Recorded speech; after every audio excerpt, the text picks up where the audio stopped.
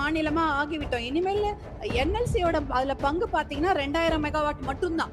அப்படி இருக்கும்போது அந்த என்எல்சியே நமக்கு தேவை கிடையாது. இந்த என்எல்சி வந்து 1300 கோடி கிட்ட அவங்களுடைய வருமானம் வருது. அந்த அவங்க சிஎஸ்ஆர் ஃபண்ட் எல்லாம் ஒரிசா, மத்திய பிரதேஷ், அந்த மாதிரி உத்தரப்பிரதேஷ் அங்கெல்லாம் தான் அவங்க அதை டெவலப் பண்ண வச்சுக்கிறாங்க. ஃபுல் மூன் சேல் காலை 9 மணியிலிருந்து இரவு 12 மணி வரை ஆகஸ்ட் 27 ஒரு நாள் மட்டும். தடுப்பணைகள் கட்டி கொடுக்க சொல்லுங்க, இல்ல நெல் அந்த கோடவுன் கட்டி கொடுக்க சொல்லுங்க. நம்ம கிட்ட காசு இல்ல, நிதி நிலைமை நெருக்கடின்னு சொல்ற அந்த சிஎஸ்ஆர் ஃபண்ட்ல எல்லா மாவட்டத்துக்கும் அவங்க கட்டி கொடுக்கணும் தடுப்பணைகள். இதே போல 40,000 ஏக்கரை அவங்க அழிச்சிட்டு தான் ஒரு அப்படியே நைட்டோட நைட்டா மக்கள் எல்லாம் கொண்டு போய் விஜய மாநகரன்ற ஊர்ல கொண்டு போய் தங்கிட்டாங்க. மூட்டை முடிச்சோட ஒரு வெளியூர்ல அகதிகளா போய் சேர்ந்துட்டாங்க. அவங்களுக்கு எந்த ஒரு அவ்வளவு பெரிய பிரச்சனை. இன்னும் 60,000 ஏக்கர் எடுக்கிறதுக்கு தயாரா இருக்கிறாங்க. பரந்தூர் மக்கள் எப்படி பாதிக்கப்பட்டு நம்ம இன்னைக்கு அவங்கள காப்பாத்தினோமோ அதே மாதிரி என்எல்சி நிறுவனத்தினால பாதிக்கப்பட்டவங்களை கண்டிப்பா நம்முடைய அரசாங்கம் கைவிடாது. முனைவர் டாக்டர் சௌமியா அன்புமணி அவர்கள். மாண்புமிகு பேரவைத் தலைவர் அவர்களே, என்எல்சி நெய்வேலி லிக்னைட் கார்பரேஷன் ஆரம்பிக்கும் பொழுது நமக்கு மின்சாரம் தேவைப்பட்டது. இன்னைக்கு பீக் சம்மர்ல கூட தமிழ்நாட்டுடைய மின்சார தேவை 21,000 மெகாவாட் தான். ஆனா தமிழ்நாட்டுடைய அரசாங்கத்துடைய இப்ப மின்சாரம் தனியார் மற்றும் அரசு துறையில 36,000 மெகாவாட் அதிகமாக இருக்கிறது. மின்மிகை மாநிலமா ஆகிவிட்டோம். இனிமேல் என்எல்சியோட அதுல பங்கு பாத்தீங்கன்னா 2000 மெகாவாட் மட்டும்தான். அப்படி இருக்கும்போது அந்த என்எல்சியே நமக்கு தேவை கிடையாது. நீங்க மாண்புமிகு அமைச்சர் அவர்கள் சொன்னது போல இந்த என்எல்சி வந்து 1300 கோடி கிட்ட அவங்களுடைய வருமானம் வருது. அந்த அவங்க சிஎஸ்ஆர் ஃபண்ட் எல்லாம் ஒரிசா, மத்திய பிரதேஷ், அந்த மாதிரி உத்தரப்பிரதேஷ் அங்கெல்லாம் தான் அவங்க அதை டெவலப் பண்ண வச்சுக்கிறாங்க.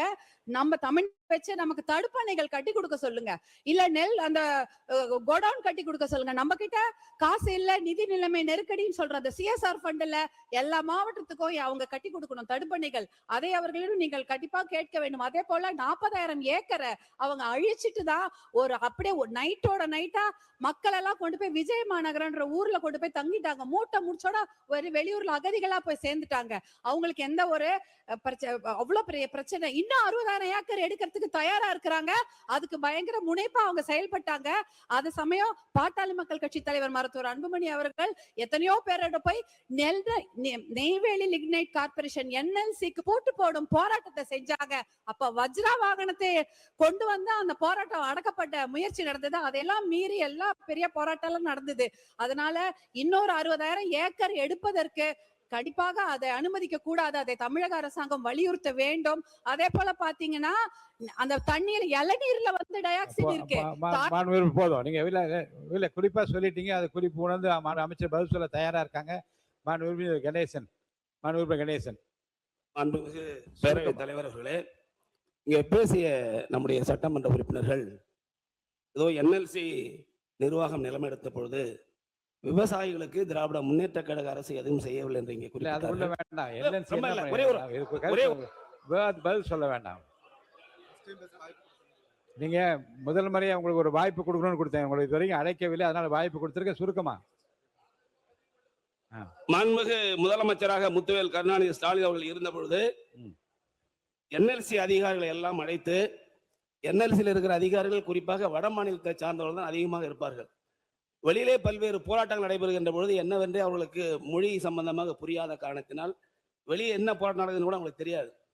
ஆகவேதான் நான் தொழிலாளர் நலத்துறை அமைச்சராக இருந்தபோது அங்கே இருக்கின்ற அதிகாரிகள், சேர்மன், டைரக்டர் ஆஃப் மைன்ஸ் எல்லாரையும் அழைத்து வச்சு, அதாவது விவசாயிகள், ஒரே முன் தான் விவசாயிகள், சட்டமன்ற உறுப்பினர்கள் அனைவரும் கலந்து பேசி, அதாவது விவசாயிகளுக்கு கிடைக்க வேண்டிய அந்த நிலம் கொடுத்ததற்கு கூடுதலாக தொகையை பெற்றுக் கொடுத்ததும், அதே போல அங்கிருந்து அந்த அதிகாரிகள் அழைத்து வந்து தலைமைச் செயலாளர் தலைமையிலே ஒரு கூட்டத்தை நடத்தி ஆண்டுக்கு 100 கோடி ரூபாய் சிஎஸ்ஆர் பெற்றுக் கொடுத்தது திராவிட முன்னேற்ற கழகத்தின் அரசு என்பதை தெரிவித்துள்ளது.